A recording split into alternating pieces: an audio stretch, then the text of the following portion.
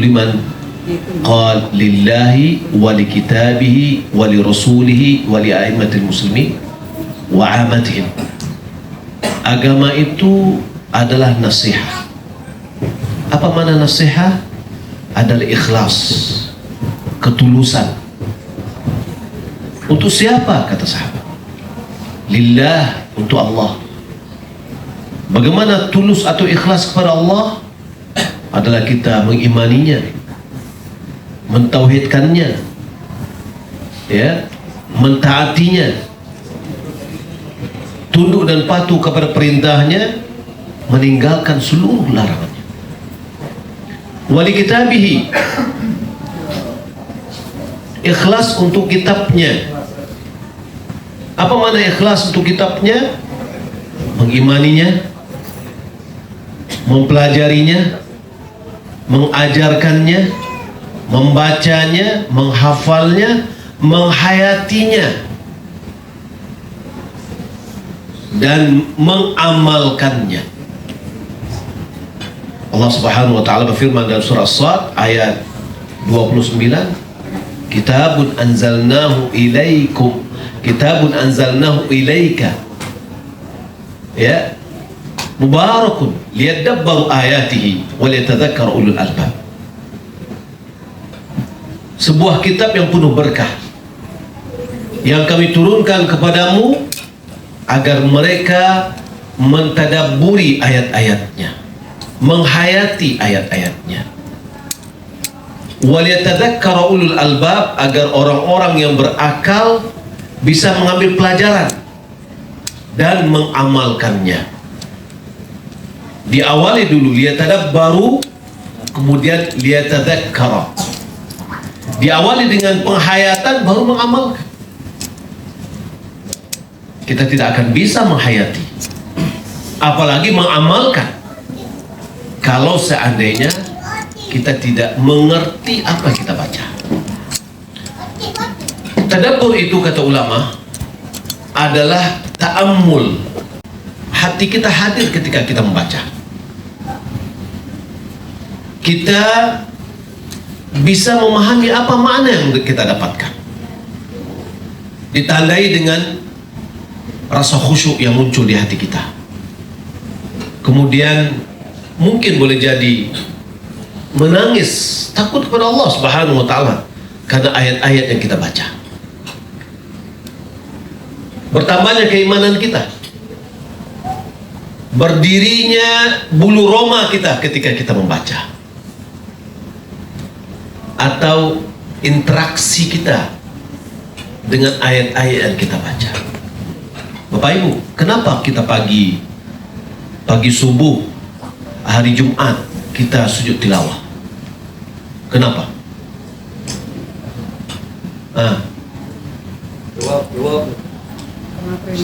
Kenapa bos-bos semua nih?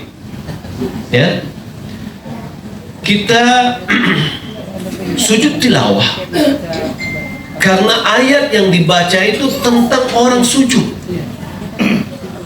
Maka kita berinteraksi, ikut sujud sebagaimana mereka sujud. Ya. Lalu karena hari Jumat kita bisa sujud.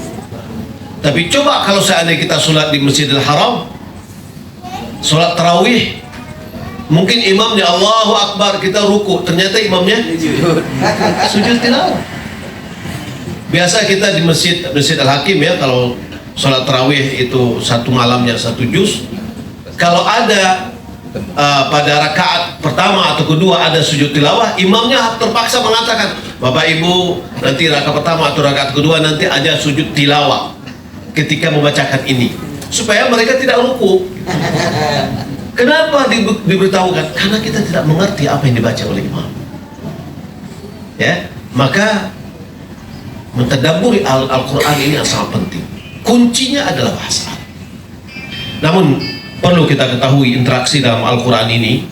Saya tadi melihat sebuah yang perlu kita informasikan, ya, bahwa ulama mengatakan interaksi kita dengan Al-Quran ini dan perhatian kita dan adab kita dengan Al-Quran adalah diantaranya bahwa agar kita bisa mentadaburi dan bisa lezat membaca Al-Quran,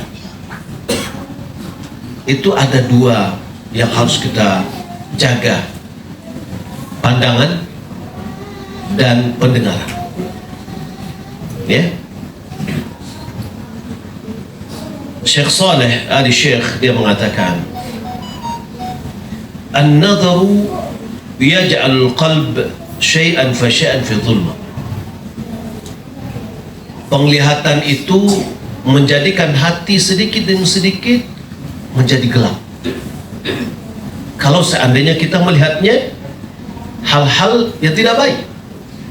Wa idza ta'ammalt, apabila engkau memperhatikan, fa innal ladzi yutliqu nadharahu, orang yang biasa keliaran pandangannya, wa yas'a fi syahawat, dan dia selalu mengikuti syahwatnya, min jihatin nadharil muharram, dari sisi melihat pandangan yang haram kepada wanita, ila nisa, la yastaladzu lil qur'ani katsiran, dia tidak akan bisa membaca Al-Quran dengan lezat. Maka dalam hal ini menunjukkan kepada kita bahwa pandangan kita harus kita jaga. Begitu juga dia mengatakan, a'dhamu ma yasuddu bihil mar'u 'anil Qur'an an-nadharu wal ghina. Sesuatu yang paling besar yang menghalangi seseorang dari Al-Quran adalah pandangan dan nyanyian, musik. Maka Al-Quran dengan musik atau musik dengan Al-Quran nggak bisa dicampurin.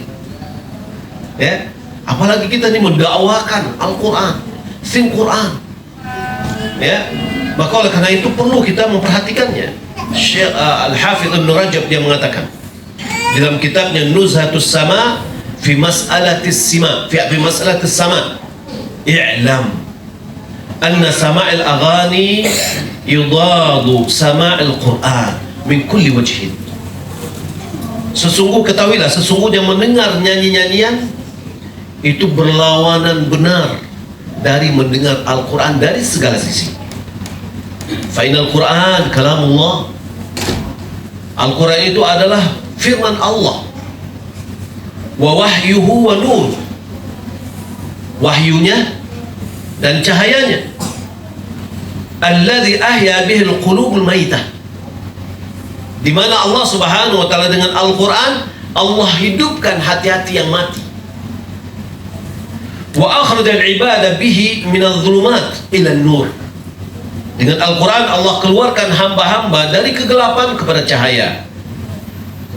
Wal aghani, adapun musik dan nyanyi-nyanyian, wali annaha mazamirus syaitan, karena dia adalah seluringnya syaitan.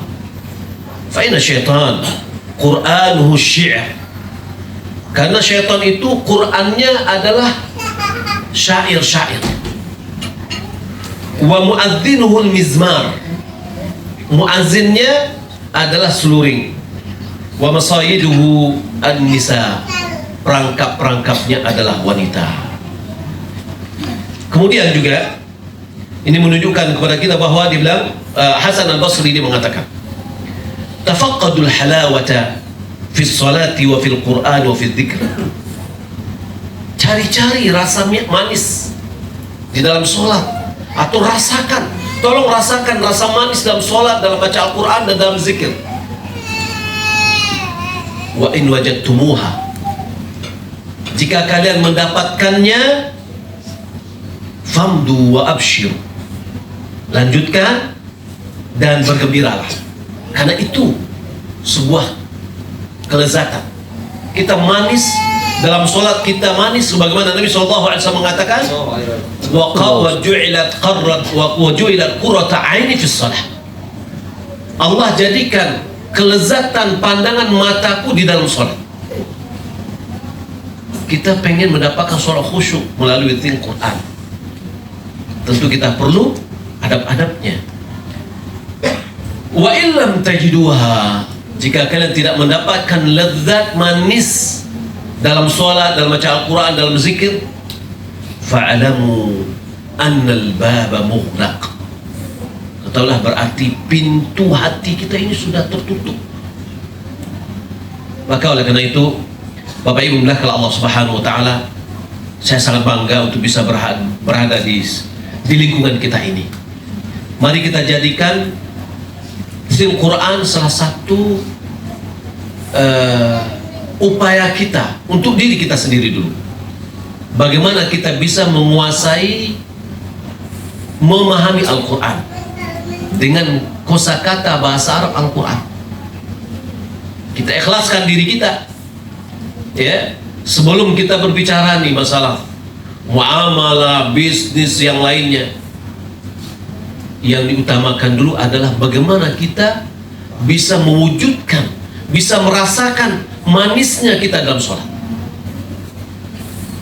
Tentu kita latihan, ya, latihan. Sebagaimana kalau kita lihat Bapak Ibu, anak kita ketika belajar matematik, kita suruh dia kali-kalian, ya, itu akan mudah mungkin. Kali 1, 3 kali 4 berapa, ya, 5 kali sekian berapa, dia bisa.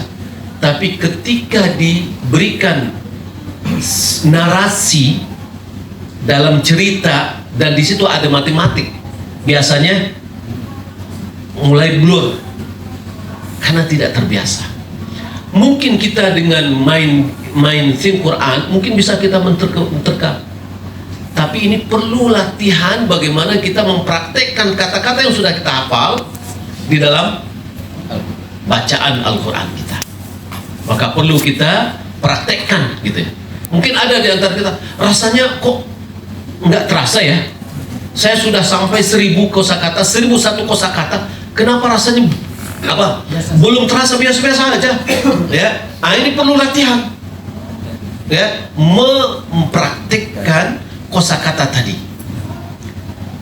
Saya mendengar langsung, mungkin kita juga Pak Hengki, Pak Aiman, dan waktu itu Pak Razin, pendiri atau pembuat owner dari film Quran ini, beliau mengatakan saya sholat di belakang imam dan bacanya bagus sekali, panjang. Tapi yang saya baca, yang dia baca saya tidak tahu. Akhirnya saya hanya memikirkan setelah sholat ini saya makan di mana, rumah makan yang paling, restoran yang paling enak. Kenapa seperti itu yang dipikir? Karena blank, tidak connect. Pas dalam sibuk memikirkan itu, imamnya menangis. Lalu dia bilang, kok kenapa nangis? Ya, apa sebab dia menangis? Ya, dia coba-coba untuk ikut juga menang, nggak bisa, nggak dapat. Nah, jadi dia bilang kalau seandainya saya tahu misalkan dia bicara tentang neraka, nar, jahim, dan yang lain-lain, berarti dia lagi cerita tentang api neraka. Ada kosakata yang bisa kita pahami, ya, maka bisa kita, mungkin ceritanya seperti ini. Maka sering saya katakan kepada orang-orang, ketika kita duduk di samping orang yang berbahasa Inggris sementara kita tidak tahu berbahasa Inggris sama sekali, tentu kita tidak tahu apa yang sedang mereka bicarakan. Tapi kalau kita menguasai 1000 kosakata aja, 1000 kosakata harian kita kuasai, insya Allah kita sudah tahu kemana arah ceritanya. Walaupun minta diterjemahkan nggak bisa, tapi kita sudah tahu, ini bicarakan saya nih, bicarakan itu, udah bicara. Begitu juga dengan Al-Quran. Ketika kita sudah menguasai kosakata 1001 kosakata Al-Quran, yang itu kurang lebih mengcover 83% dari Al-Quran, maka minimal kita sudah bisa meraba. Ya, tadi sudah dikatakan oleh Bos Aiman bahwasanya kita bukan menterjemah, tetapi bagaimana kita bisa mengetahuinya. Maka saya melihat Bapak Ibu belakang Allah Subhanahu wa taala, saya juga sering menyampaikan bahwa kita mulai mendakwahkan kepada orang pentingnya memahami Al-Quran.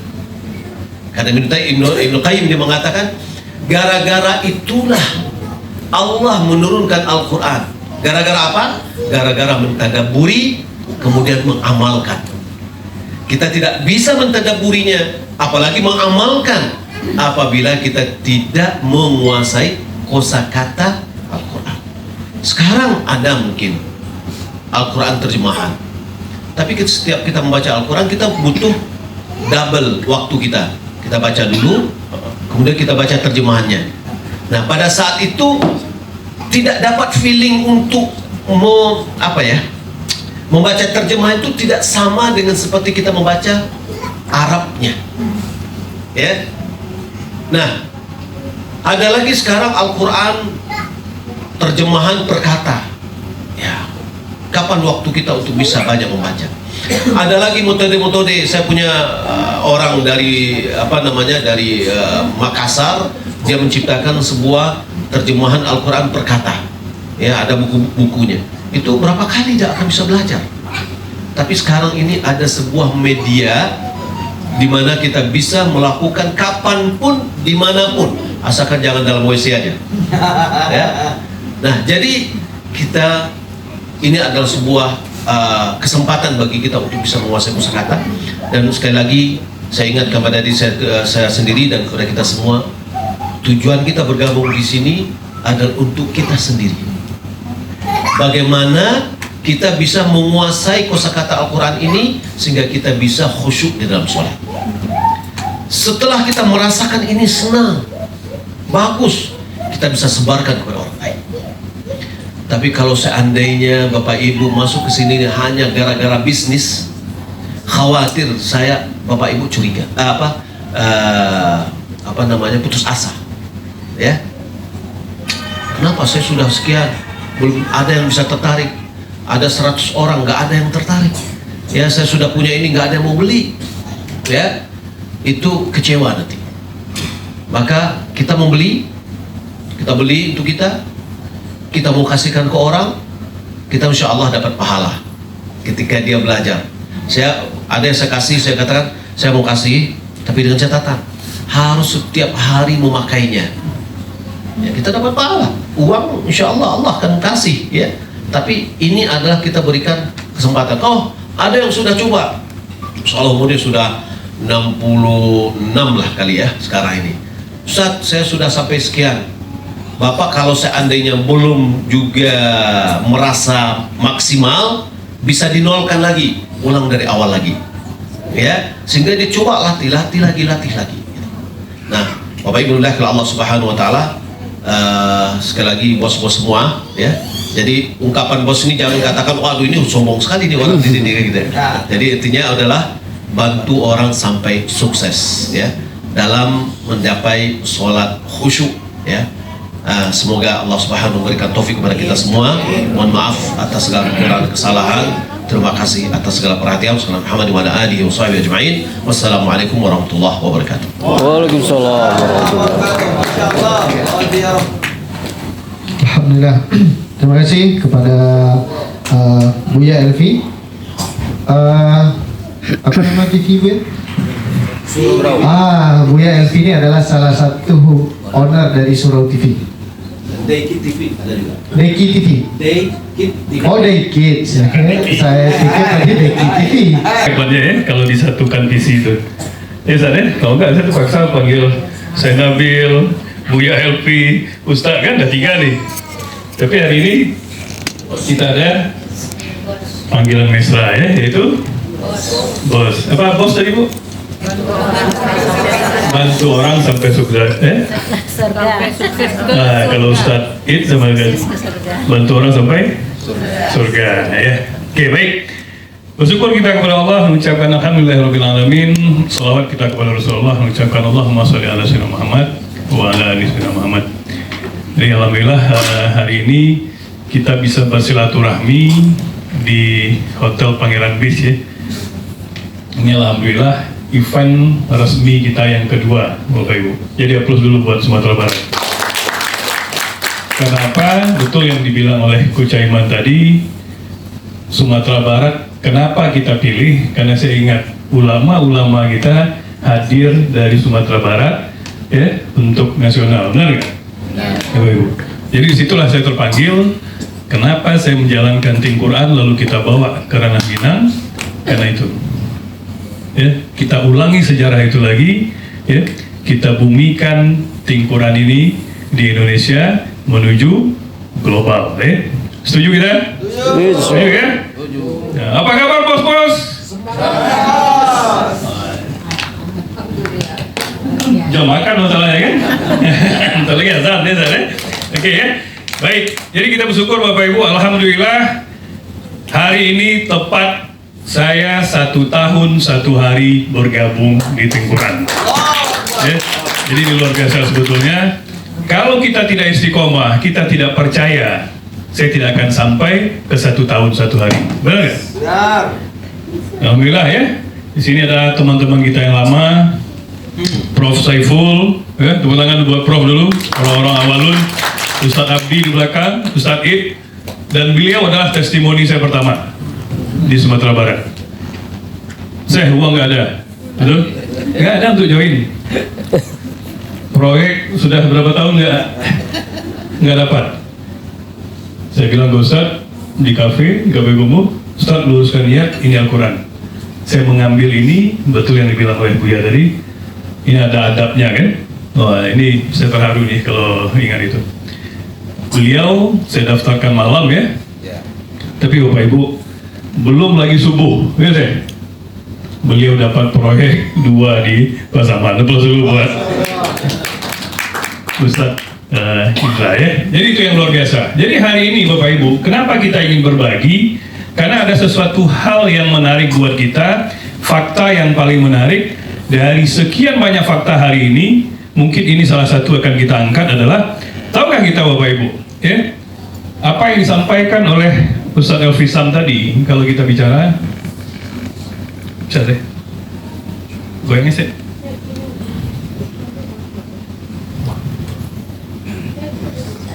Kamu, jalan seret. Oke, bentar Bapak Ibu.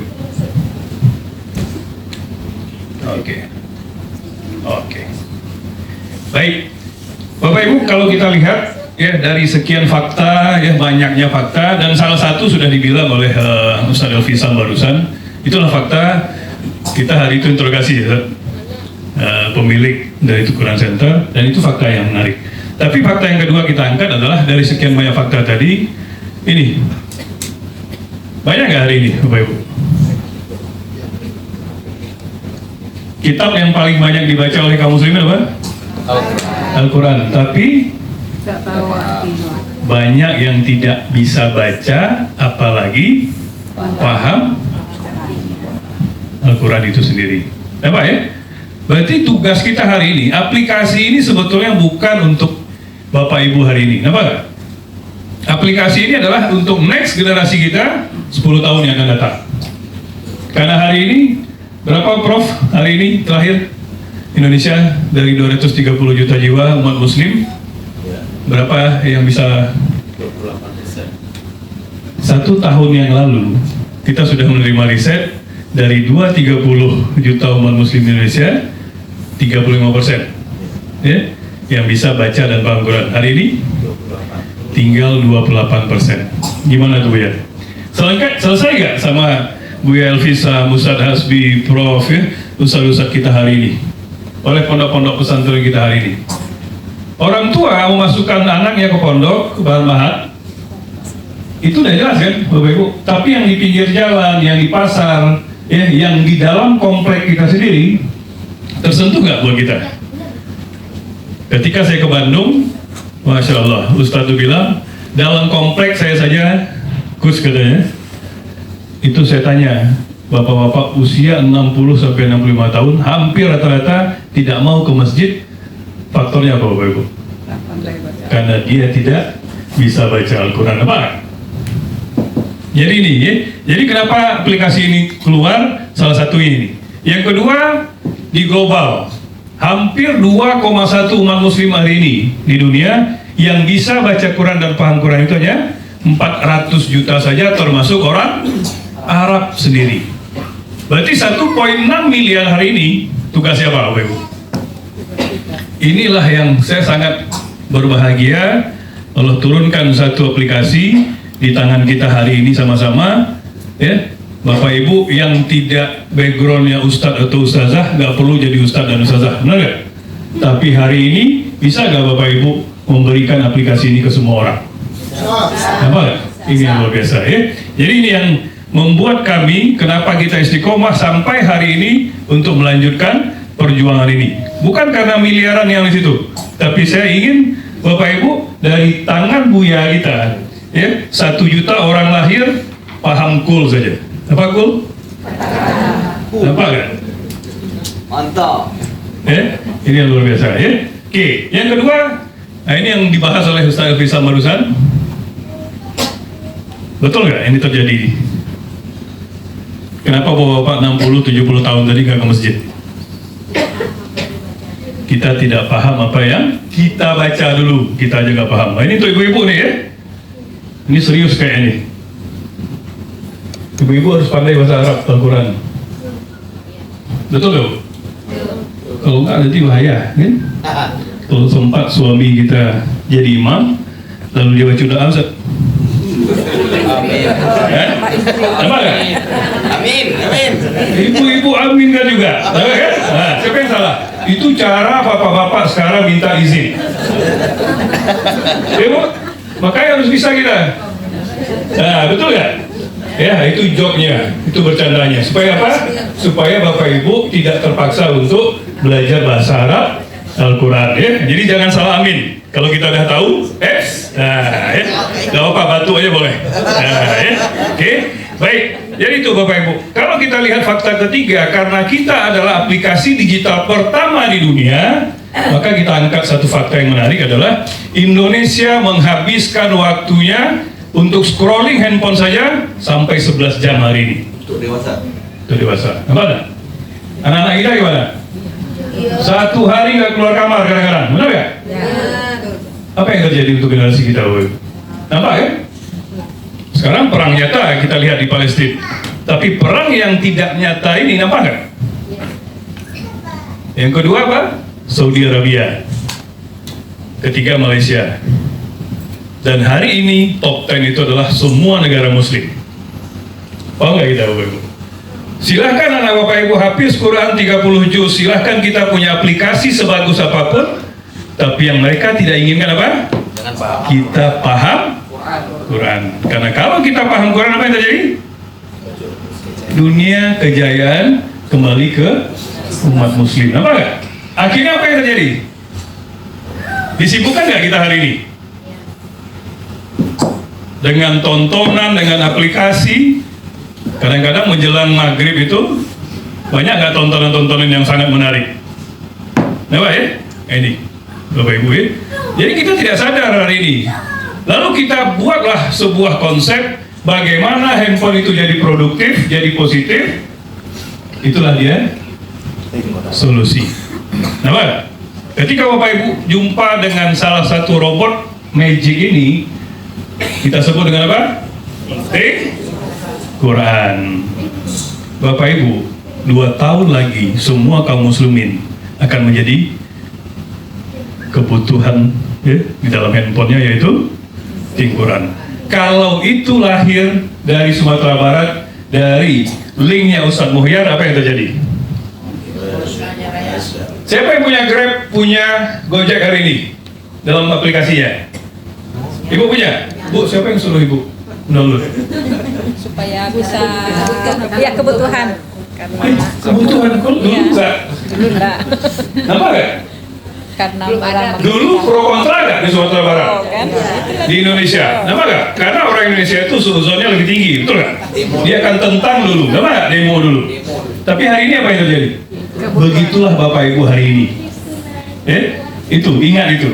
Jadi siapa yang istiqomah, Bapak Ibu akan lebih daripada Gojek, Traveloka, dan Grab itu sendiri. Oke? Baik, kita lanjutkan ya. Baik, makanya ini akan kita bahas, ada 2 peluang yang luar biasa. Pertama adalah peluang pahala. Bapak Ibu sudah pelajarin tadi? Berapa kosakata tadi? 5. Siapa yang kasih link? Bu, siapa yang kasih link? Siapa yang baru tadi? Yang baru hari ini hadir? Ibu, siapa yang kasih linknya? Saudara. Dari grup WA aja. Wih, hebat kali. Kita langsung. Ibu yang belajar, siapa yang dapat pahala juga? Sebelah dapat juga. Dapat nggak?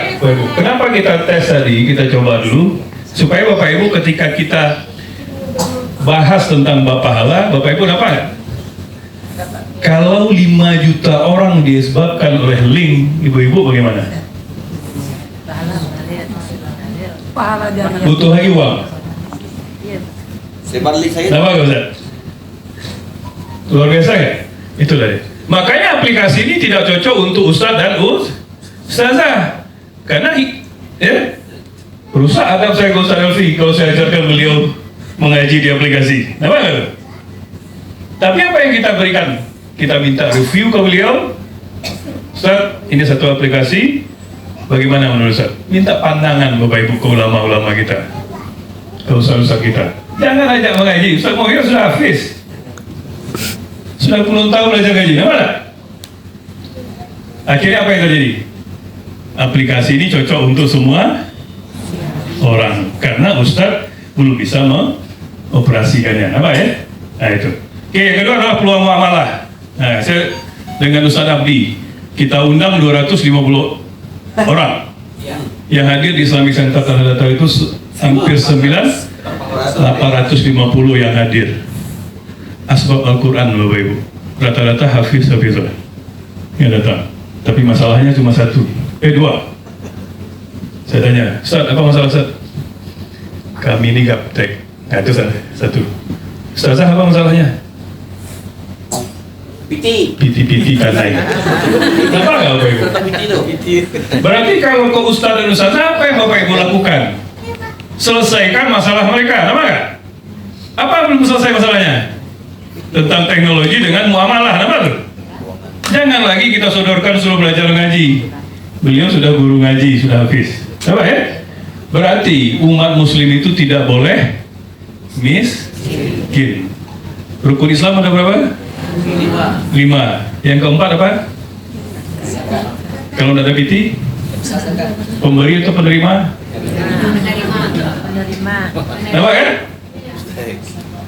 Jadi ini yang luar biasa. Makanya kenapa kita sampaikan dua hal ini nggak boleh dipisahkan dari umat, Bapak Ibu.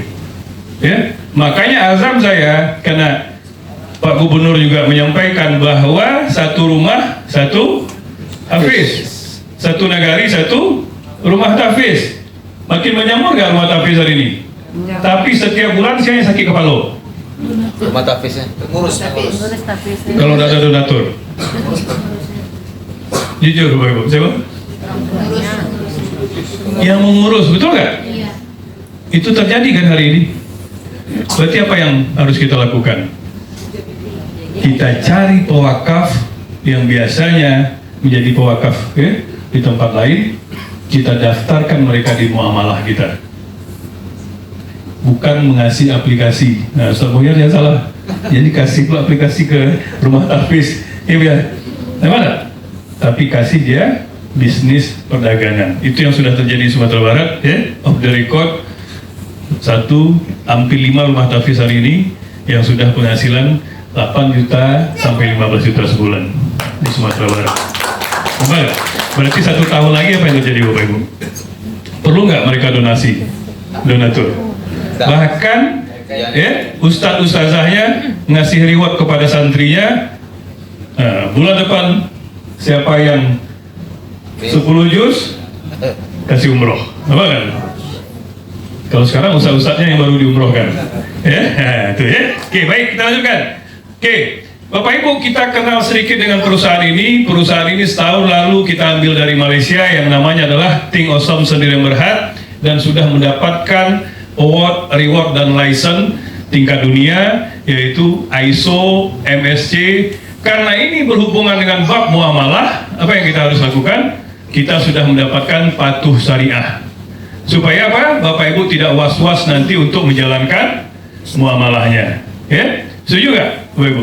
Karena kita tidak mau apa yang nanti kita dapatkan adalah hak orang lain di dalamnya.